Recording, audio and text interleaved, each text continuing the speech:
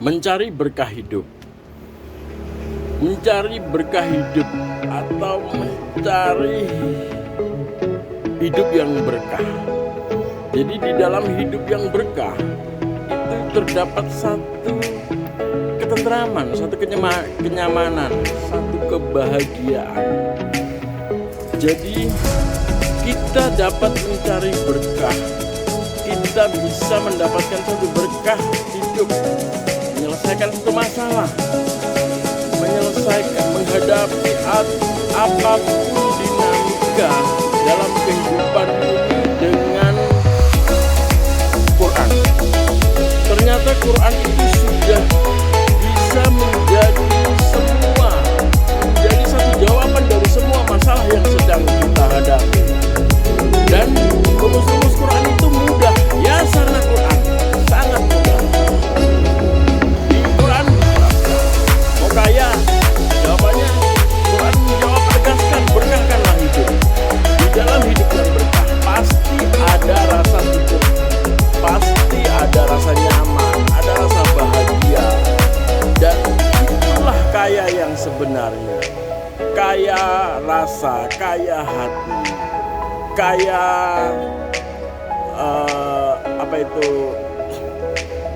penerimaan. Artinya selalu merasa cukup dengan apa yang ada, bukan selalu mencari apa yang tidak ada.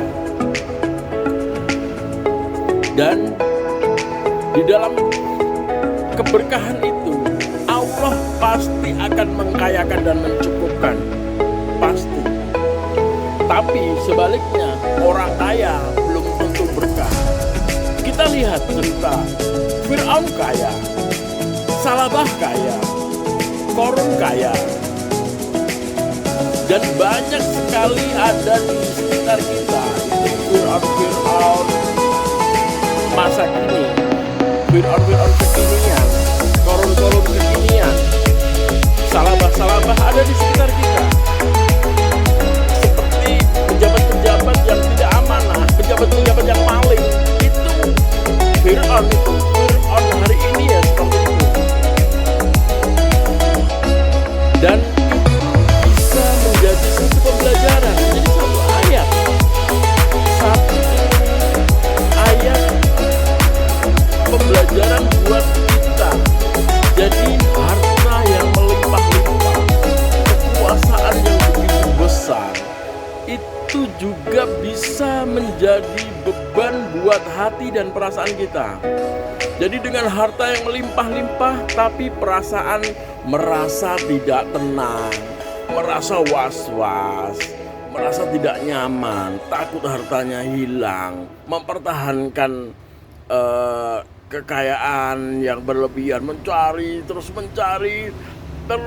mendapat satu tekanan, merasa ada sesuatu yang akan hilang, sehingga terus mencari proyek nyari inilah, ini mau dikembangkan seperti apa, jadi hati dan pikirannya selalu tidak tenang. Jadi ketika kita mendapatkan rezeki atau harta yang berlimpah-limpah atau kekuasaan yang begitu besar, akan tetapi kita gagal mengendalikan rasa, gagal mengendalikan hati, jauh dari Allah, jauh dari Al-Quran, itu sudah pasti kita akan merasakan satu perasaan yang risau, galau, gundah gulana, melo, dan perasaan ketakutan, perasaan tidak nyaman. Jadi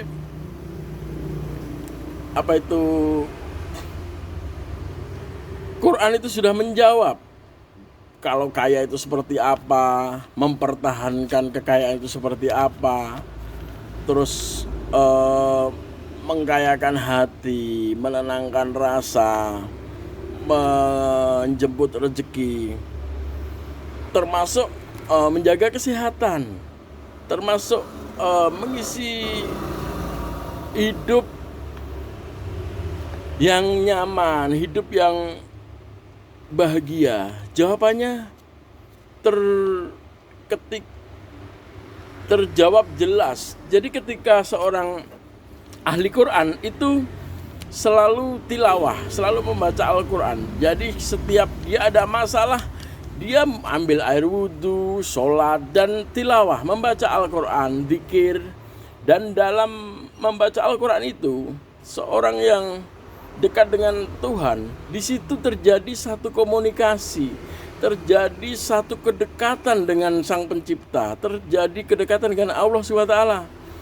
Jadi ada satu komunikasi, dia harus bagaimana, seperti apa.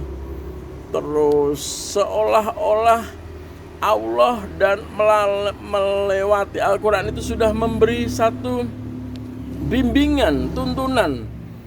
Bagaimana seharusnya melangkah, seperti apa.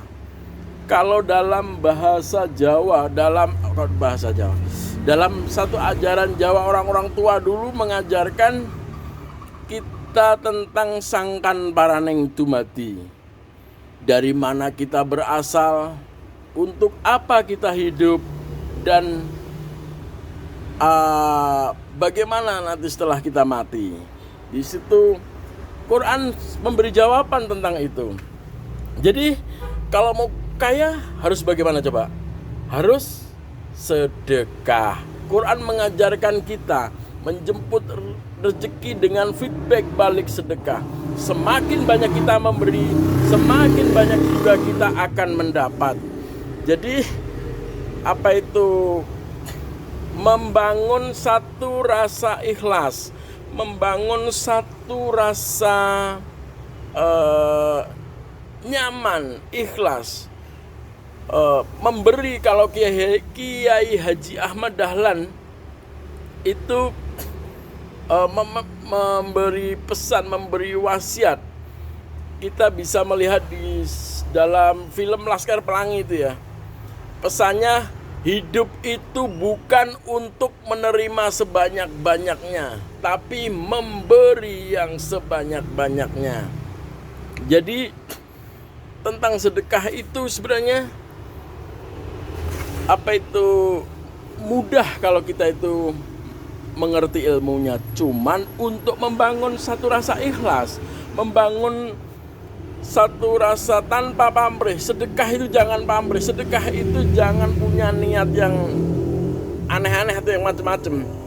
Jadi sedekah itu ikhlas, jangan punya niat atau pamrih apapun. Sedekah itu niatnya memang memberi karena Allah. Jadi sebagian harta yang kita miliki, sebagian dari rezeki yang kita dapat itu adalah sebagian punyanya orang lain. Sebagaimana dikatakan Allah SWT menjamin kehidupan makhluk, semua makhluk, termasuk anak yatim, anak piatu, janda tua, orang-orang yang jompo, yang sudah tidak berdaya. Itu menjadi tanggungan Allah. Dan Allah mengetuk hati memberi rezeki mereka melalui orang-orang yang dilimpahkan rezekinya. Jadi ada satu putaran, ada satu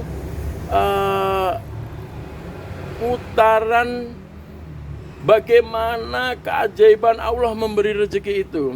Jadi kalau dalam contoh sederhananya, kalau misalnya bapak-bapak kok istrinya diganggu orang atau diganggu pembinor penggoda bini orang, yaudah, kalau memang itu pilihan atau memang itu dimungkinkan, ya udah disedekahkan saja biar kita kaya. Akan tetapi yang ikhlas, kita butuh. Jangan hanya sedekah itu untuk mendapatkan sanjung puji dari orang-orang di sekitar kita. Jangan sedekah itu hanya untuk sekedar mencari nama. Akan tetapi bagaimana kita bisa ikhlas, bisa sedekah benar-benar niatnya memang karena Allah. Benar-benar kita memberi itu hanya menyampaikan titipan Allah. Jadi apa yang kita punya anak, istri, uang, tabungan, bisnis, itu adalah titipan. Jadi kalau sewaktu-waktu dia sama yang titip yang sama-sama kita yakini kan, yang menitipkan kan Allah. Kita dititipi istri yang cantik, anak-anak yang baik, uang yang melimpah, bisnis yang baik, itu juga bagian dari titipan. Dan sewaktu-waktu yang menitipkan ke kita itu dapat mengambil tanpa pemberitahuan dahulu. Indikator yang paling besar, tanda yang paling besar kalau titipan itu diambil itu ya dengan mencabut nyawa kita, mencabut kita dimatikan. Kullu nafsi dha'iqatul maut. Jadi setiap orang pasti akan mati.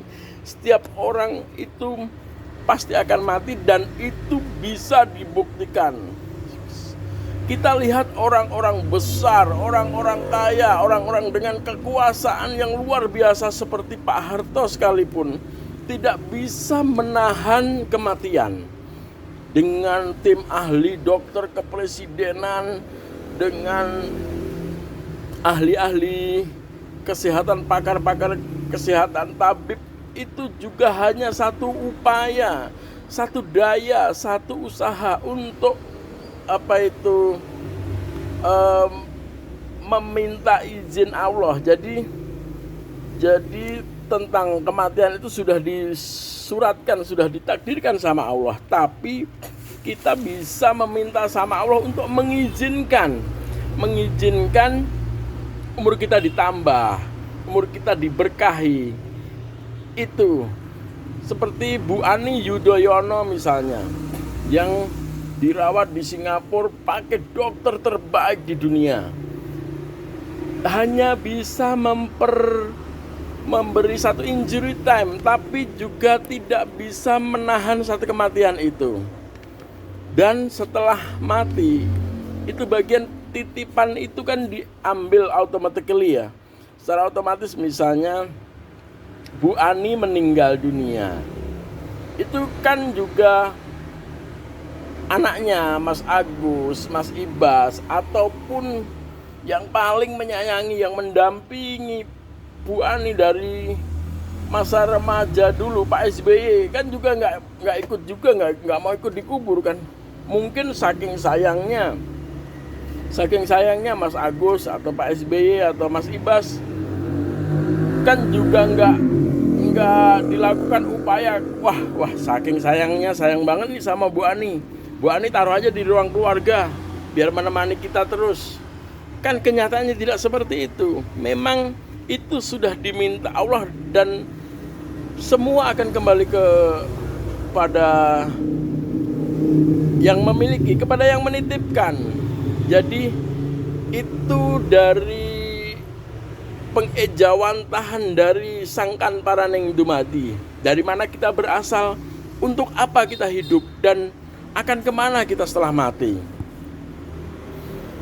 Dan itu sebagian kecil dari tentang Al-Quran. Jadi kalau orang ahli Al-Quran itu selalu mencari solusi, menjalani satu kehidupan, menyelesaikan semua masalah, semua diungkap, semua terjawab dari Al-Quran.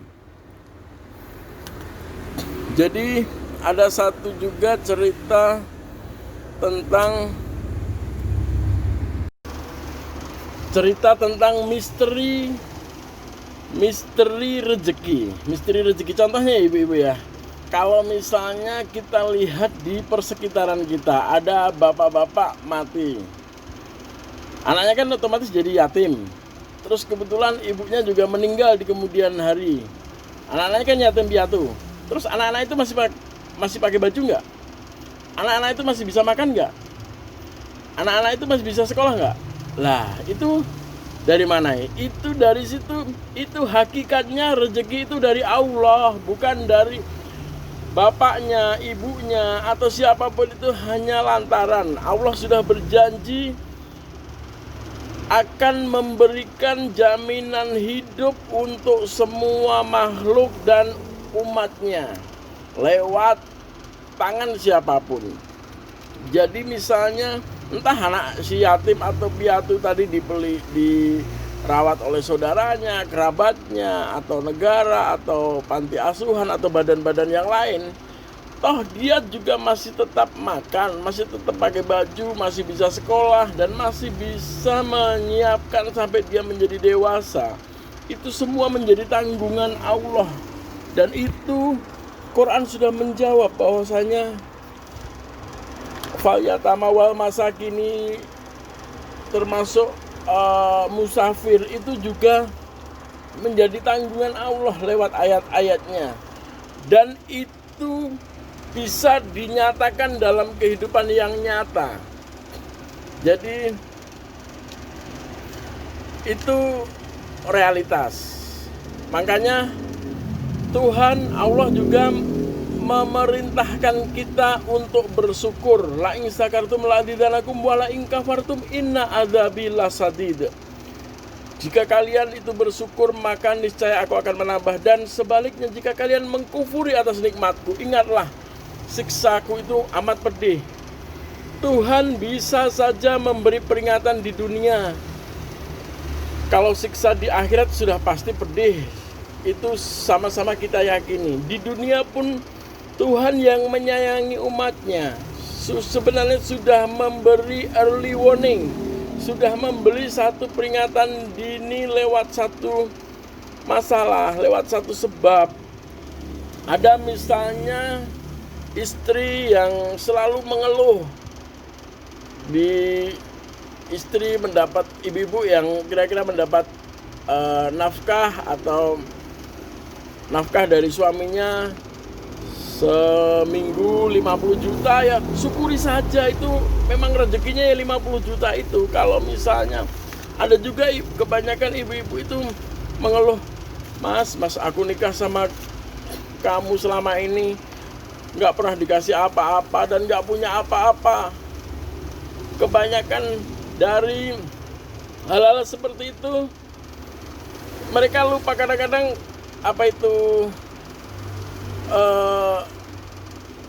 lupa diberi yang sedikit pun itu tidak disyukuri. Kadang-kadang dia hatinya selalu sempit, pikirannya juga sempit. Jadi kadang-kadang kalau ada misalnya orang sampai umur 20 tahun menjadi polisi, menjadi pegawai negeri, atau menjadi karyawan di perusahaan asing, sudah 20 tahun masih kreditnya masih nggak lunas-lunas juga, itu bagian dari satu tanda indikator ketidakbersyukuran. Toh rezeki yang banyak itu juga belum tentu cukup, yang sedikit juga belum tentu kurang. Makanya dalam Isra Mi'raj Rasulullah Shallallahu Alaihi Wasallam dari Sidratul Muntaha, dari ketinggian langit, diperlihatkan sama yang namanya surga dan neraka. Ketika melihat neraka, Rasulullah kaget. Kenapa kebanyakan di dalam neraka itu adalah perempuan? Banyak yang tanya, kenapa perempuan? Bukan perempuan yang seperti apa? Perempuan yang selalu tidak mensyukuri pemberian suaminya. Jadi ini hakikatnya, seberapa banyak dan seberapa sedikit pun pemberian itu bukan dari suami, itu dari Allah. Seperti yang saya contohkan di depan tadi, ketika anak-anak kecil, bapak ibunya sudah meninggal, tapi dia masih bisa makan, dia masih bisa pakai baju, dia masih bisa sekolah.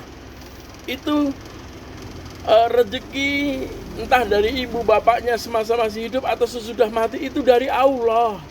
Jadi hal-hal kekufuran yang semu, kekufuran yang perasaan rasa syukur yang tidak, yang kebanyakan tidak disadari, itu justru di situ ada laknat Allah. Orang yang tidak bisa mensyukuri hal yang sedikit, pasti dia juga tidak akan bersyukur ketika dikasih nikmat yang lebih besar. Jadi tentang rasa syukur ini semua berlaku untuk semua, nggak hanya ibu-ibu, bapak-bapak atau anak-anak kecil. Jadi mereka semua umat Allah yang tidak bisa bersyukur, niscaya hatinya akan dipersempit, nikmatnya akan dikurangi, dan pasti hukuman Allah, kesempitan tentang hati, kesempitan tentang rezeki, itu sudah pasti seperti janji Allah. Dan orang yang bersyukur itu tentu saja seperti janji Allah akan menambah siapapun yang bisa bersyukur, siapapun yang mensyukuri atas nikmatnya. Entah rezeki itu dari suami, dari istri, dari tetangga, atau dari siapapun, itu pastikan rezeki itu dari Allah. Hanya mungkin lewat suami, lewat istri, lewat tetangga, lewat bos, lewat siapapun. Pastikan kita meyakini bahwasanya itu rezeki dari Allah. Kalau kita kufur, kita akan dihukum. Kalau kita bersyukur, ya kita akan dapat reward. Dalam bahasa gaulnya itu reward dan punishment. Jadi hukuman Allah itu bisa bermacam-macam. Bisa saja hatinya dipersempit atau rezekinya dipersempit lewat jalan apapun tentunya. Jadi sudah pasti orang yang tidak bisa mensyukuri nikmat Allah itu pasti akan mendapatkan laknat dari berbagai lini. Mungkin kesempitan hati. Kan hakikatnya rezeki yang diberikan suami atau rezeki yang diberikan oleh siapapun itu hakikatnya kan dari Allah. Jadi ibu-ibu, bapak-bapak semua jangan egois. Kalau misalnya nikmat yang Allah berikan itu, atau rezeki, atau istri, atau suami itu, kalau kita menyadari itu hanya titipan, jadi kita jangan egois. Kalau misalnya sewaktu-waktu rezeki kita diambil orang, atau misalnya istri kita diambil orang, jangan marah, jangan meresolusi atau jangan protes. Mungkin itu cara Allah mengingatkan kita. Kadang yang baik menurut kita atau yang kita anggap baik belum tentu baik di mata Allah. Kadang itu cara Allah menunjukkan kepada kita pada sesuatu yang lebih baik. Banyak misteri atau hal kegaiban atau sesuatu tentang masa depan yang seorang teknokrat, seorang saintis, seorang ilmuwan pun tidak bisa merumuskan tentang kekuasaan Allah. Jadi alangkah kita bisa menempatkan satu rasa ikhlas ketika kita kehilangan. Jadi lebih baik kita kehilangan sesuatu karena Allah daripada kehilangan Allah karena sesuatu. Jadi pastikan dari Quran kita mendapatkan satu pencerahan, satu kekuatan, bahwasanya Quran itu adalah kitabnya Allah. Quran itu adalah kepanjangan tangan dari Allah, ayat dari Allah. Kita bersama Quran itu amazing, kita bersama Allah itu tenang, kita bersama Allah miracle, kita bersama Allah itu cukup, kita bersama Allah itu unlimited, kita bersama Allah itu tak terbatas, kita bersama Allah itu luar biasa. Jadi pastikan semua masalah yang ada di dunia ini, masalah kita, masalah apapun tentang kita, masalah kesehatan, masalah rezeki, masalah jodoh, masalah kematian, itu adalah misteri dan itu adalah takdir Allah, dan dari Quran itu kita akan menemukan jawaban. Dan orang yang dekat dengan Allah, orang yang dekat dengan Allah itu akan selalu mengingat Allah, zikir kepada Allah, zikrillah. Dan Al-Quran juga menyebutkan sebaik-baiknya zikir itu adalah tilawatul Quran, dengan membaca Al-Quran. Dengan kita membaca Al-Quran, kita akan dekat dengan Allah, kita akan dibimbing sama Allah, kita akan ditunjukkan kepada jalan yang benar, yaitu jalannya orang-orang yang diridhoi, bukan jalannya orang-orang yang dimurkai dan tersesat. Itu saja pesan kita, bahwasanya kita harus berbesar hati, kita harus berjiwa besar, kita mendapatkan hidayah, kita mengenal Allah, kita mengenal Islam, kita mengenal Al-Quran. Semoga dari ini semua kita bisa lebih takarub dengan Allah, kita bisa lebih dekat dengan Allah, kita mengembalikan seluruh masalah, seluruh cobaan itu, entah cobaan itu yang membahagiakan atau itu cobaan yang menyedihkan, itu dari Allah, dan semua jawabannya ada di Allah lewat Al-Quran, lewat ayat-ayatnya Allah, lewat utusan Allah, dan lewat petunjuk dari Allah, lewat jalan manapun. Allah itu ajaib, Allah itu miracle, Allah itu mencukupkan, Allah itu menyelesaikan masalah kita. Itu yang harus kita yakini.